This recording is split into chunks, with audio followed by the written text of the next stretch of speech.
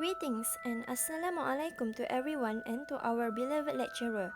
We are going to present to you the textual analysis on Malay translation of Harry Potter and the Chamber of Secret.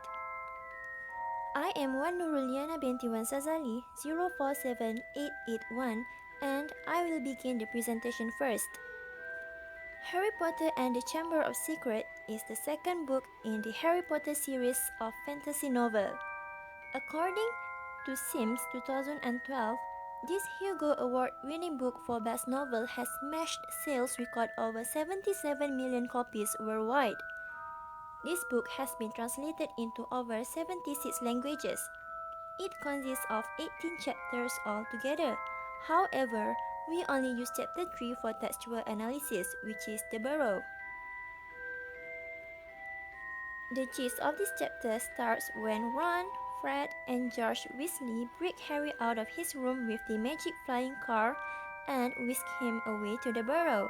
They use the car to drag the bars off Harry's window.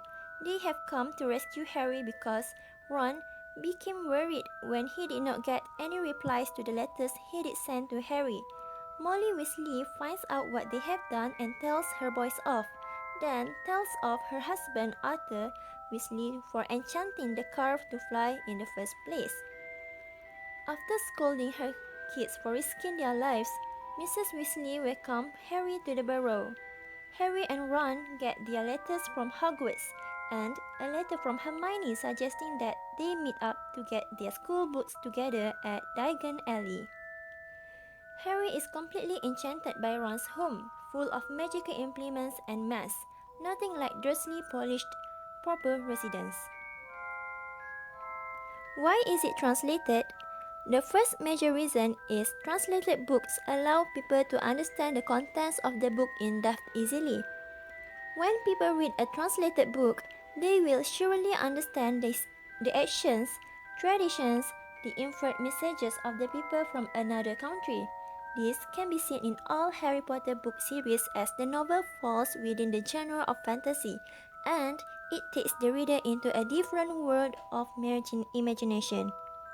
Next, translation provides an opportunity for a vast number of people to understand the contents of the book that is unavailable to a far larger number of people. Translated book is designed to make the reader feel an emotion and to establish a strong connection with the reader.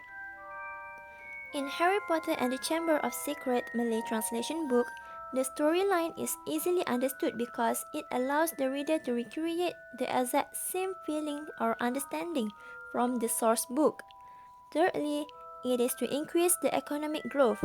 Harry Potter book series used to be a worldwide pop culture phenomenon.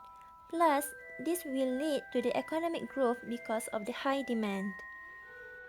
Hi, I'm Siti Aishah Binti Mohamad Nawawi and my matric number is 047708.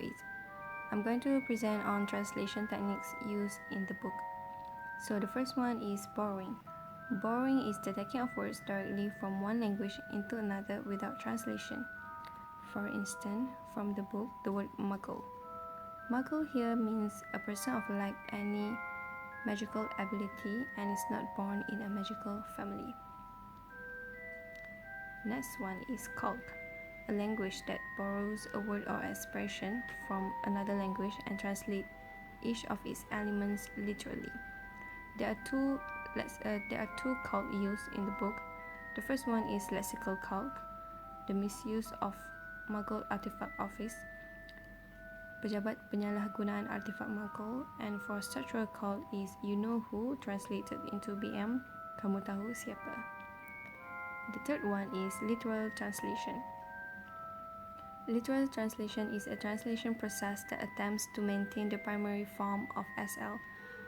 For example, as you can see in the slide here. Hi, my name is Arfah Hanim Binti Zulkifli, matric number 047862. So I'll be presenting on oblique translation procedure. Transposition. Transposition is considered as the first step for oblique translation. This is the process where part of speech change their sequence when they are translated. It means replace word from one grammatical word class with another without changing the meaning of the message. The transposition can be a change from singular to plural or in the position of the adjective, the change in grammatical structure or verb, or the change of part of speech or word cloud from source language to target language. To point this thing out, from page 30 of the English version, which are, there was a small click and the door swung open. The sentence was translated to, terdengar bunyi klik dan pintu itu pun terbuka. You can see the change in position where the Malay version, in the first word is verb, but the English version, the first word is not verb. So here it shows the change of position. Next procedure is modulation. Modulation consists of using a phrase that is different in the source and target language to convey the same idea. Example given from page 29 of the English version, which is, "It's that we didn't enchant it." The sentence literally means, "Itu ayah, kami tidak menyihirnya." But it sounds much better when the translator translates it into, "Kami hanya meminjamnya dari ayah. Kami tidak menggunakan sihir." It changes the semantics and shifts the point of view of the source language. Through modulation, the translator generates a change in the point of view of the message without altering meaning and without generating a sense of awkwardness in the reader of the target text. It is often used within the same language.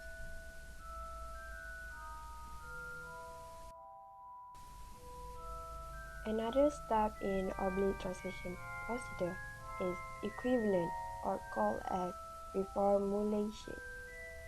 Here you have to express something in completely different ways. Equivalent refers to the widely recognized and used equivalence of idioms, proverbs, idiomatic expressions, and lexicalized terms. In other words, terms commonly accepted as equivalents of a source language term. That is to say, conveying something that is completely different from the source but still give the result of the same meaning. For instance, the idiomatic expression of grinning from ear to ear is translated into tersenyum lebar in Malay language.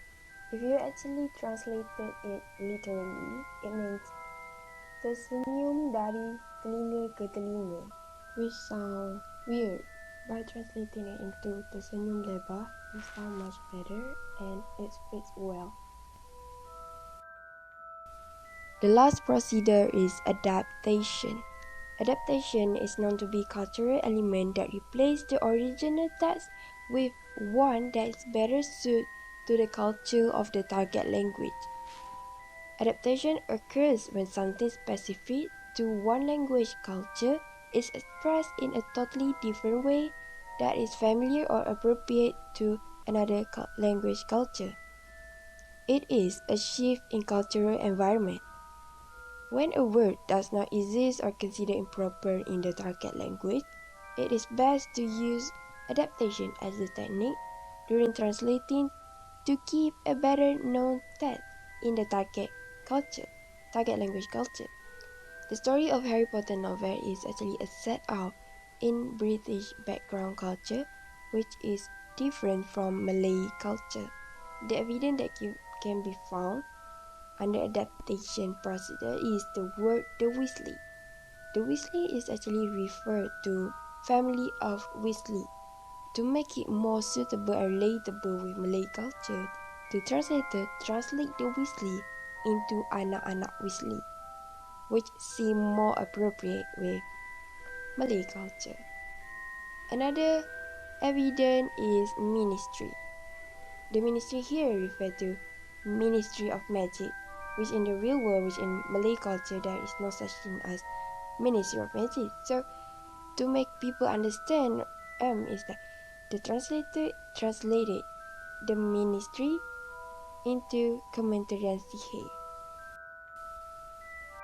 Hi, my name is Aini Afifah Binti Sukur 047714, and today I'll be covering on the conclusion part.